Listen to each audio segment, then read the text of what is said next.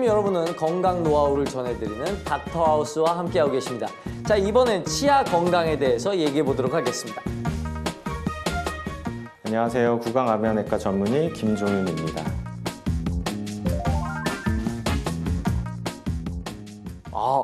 구강학 안면외과 거의 뭐 처음 들어보는데요. 그거와 관련된 주제가 굉장히 궁금하네요. 그럼 주제를 공개하기 전에 노래 한 곡 잠시 듣고 오겠습니다. 네.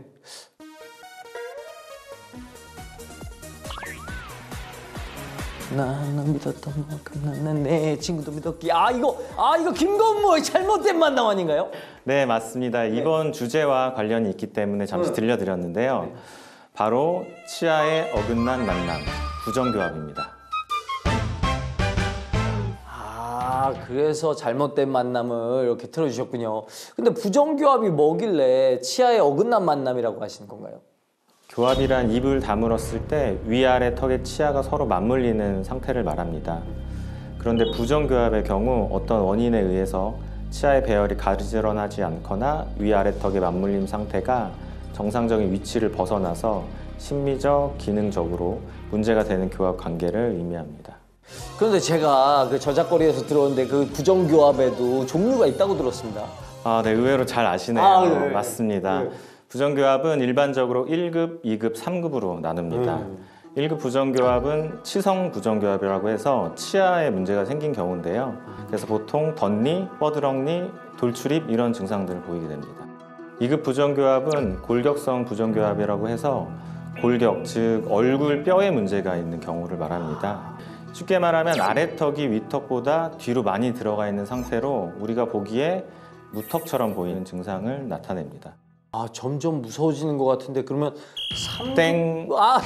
왜 땡입니까? 이게 왜 아무 얘기도 안 했는데. 사실은 1급에서 2급으로 간다고 해서 더 심각해지는 것은 아닙니다. 단순히 부정교합의 유형만을 1급, 2급, 3급으로 나눈 것이고 2급에서 3급으로 간다고 해서 심각해지는 것은 아닙니다. 그러면 3급 부정교합은 뭔가요? 3급 부정교합 역시 골격성 부정교합입니다. 근데 이제 2급 부정교합은 반대로 상악의 성장이 부족하거나 하악의 성장이 과도해서 나타나고요.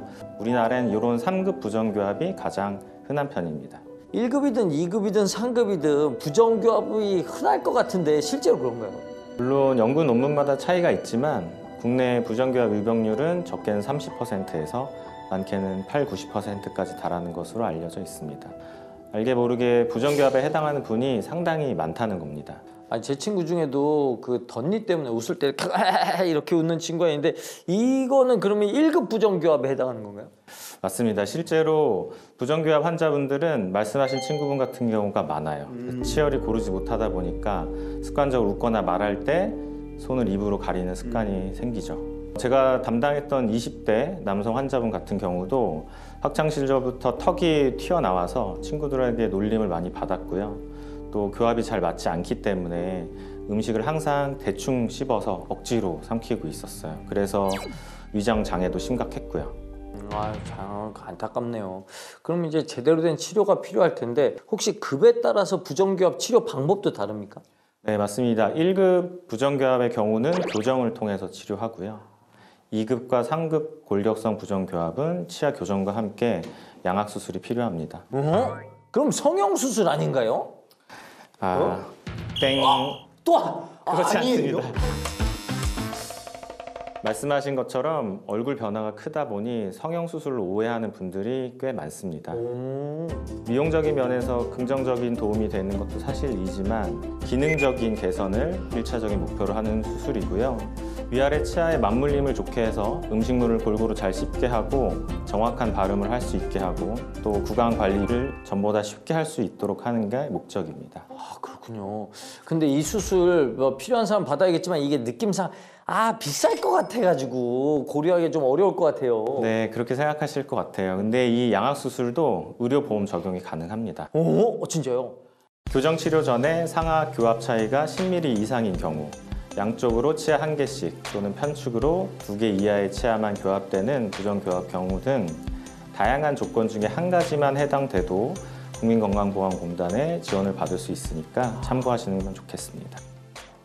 오늘 몰랐던 것 좀 많이 알아가는데 부정교합을 이제 치료하는 방법은 알았지만 이제 예방을 할 수 있으면 더 좋을 것 같거든요. 사실은 성인보다는 성장기 때 부정교합을 예방할 수 있습니다.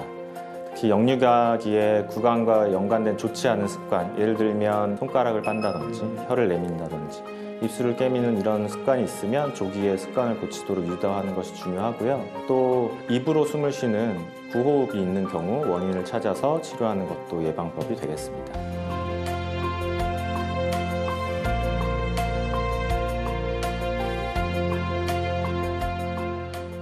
부정교합의 정체부터 예방법까지 알려주신 김정윤 선생님 감사합니다. 감사합니다.